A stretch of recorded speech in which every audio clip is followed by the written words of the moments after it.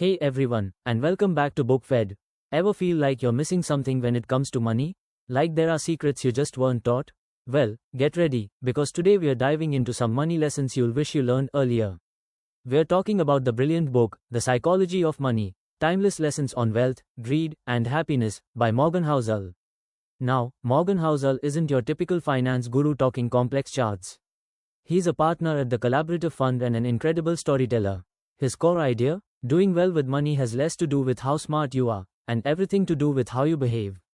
It's psychology, not just spreadsheets. Stick around, because this summary could genuinely change how you think about your finances. Okay, first big idea. No one's crazy. Think about it. Your personal experiences with money shape maybe 0.0000001% of what's happened in the world, but maybe 80% of how you think the world works. Someone who grew up during hyperinflation will see money very differently than someone who grew up during a tech boom, right? Housel argues that we all make financial decisions based on our unique experiences, goals, and understanding.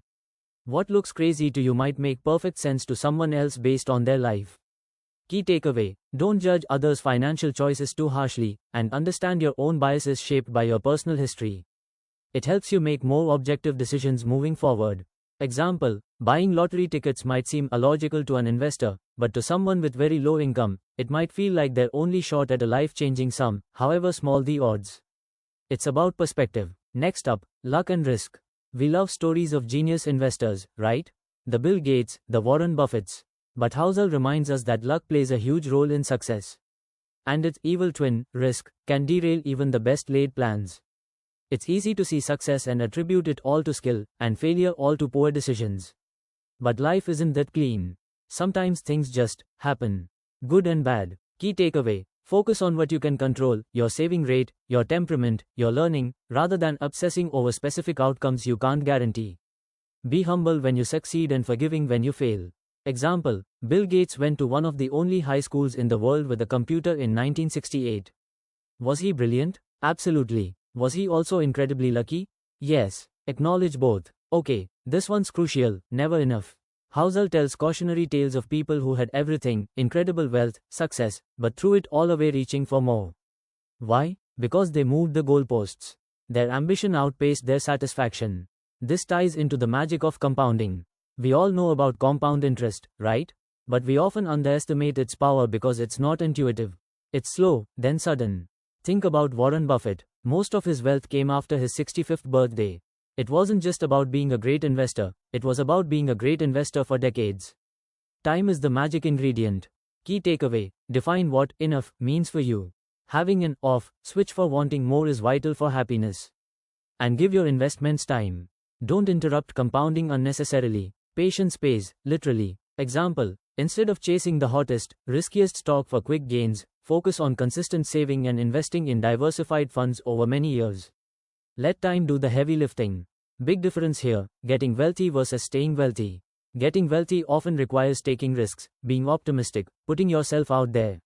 But staying wealthy? That requires the opposite. It requires humility, paranoia, and the fear that you could lose it all. Think survival. Staying wealthy is about avoiding ruin. It's about not making big mistakes. It requires discipline and recognizing that past success doesn't guarantee future returns. Key takeaway: you need a different mindset to keep money than you do to make it. Focus on survival, avoid catastrophic errors, and have a good dose of paranoia about losing what you've built. Example: someone gets rich quick on a risky bet, getting wealthy. To stay wealthy, they shouldn't keep making those same risky bets. They need to shift to preserving capital, diversifying, and avoiding leverage. Let's talk about tails: you win, and freedom. Housel points out that in many fields, especially investing, a tiny number of events account for the majority of results. Think venture capital. Most startups fail, but one huge success, a tail event, can make the entire portfolio profitable. This means you can be wrong most of the time and still end up doing okay, as long as your wins are big enough. And what does money ultimately buy? Housel argues powerfully that the highest form of wealth is freedom. The ability to control your time. To wake up and say, I can do whatever I want today. That's the real dividend money pays. Key takeaway: don't beat yourself up over small investment losses if you have a few big winners. And remember why you are saving and investing. It's often for autonomy and control over your life, which is priceless. Example: you might have 10 stocks. 7 do poorly, 2 are okay, but 1 goes up 10x. That one winner, the tail event, might make your entire portfolio successful. Aiming for that freedom? Maybe it means saving enough to take a lower paying job you love, or to spend more time with family. Love this one, the man in the car paradox, and wealth is what you don't see. When you see someone driving a fancy car, what do you usually think? You probably admire the car, right? You don't usually think, wow, the person driving that car is cool. You imagine yourself in the car getting that admiration. It's a paradox. We buy flashy things hoping for respect, but people often just admire the thing, not the person. This connects to the idea that wealth is what you don't see. Real wealth is the money you haven't spent. It's the financial assets that aren't converted into cars and houses yet. It's money working for you, providing options and security. Spending money to show people how much money you have is the fastest way to have less money. Key takeaway: stop trying to impress others with spending. Focus on building unseen wealth, savings and investments, which provides true security and options. True wealth is quiet. Example: someone earning $100,000 and spending $110,000 using debt looks richer than someone earning $80,000 and saving $20,000. But the saver is the one actually building wealth.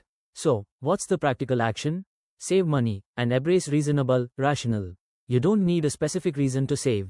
Saving is a hedge against the inevitable surprises life throws at you. It gives you flexibility and options. Building wealth has less to do with your income or investment returns, and more to do with your savings rate. And when making financial decisions, aim to be reasonable, not necessarily perfectly rational.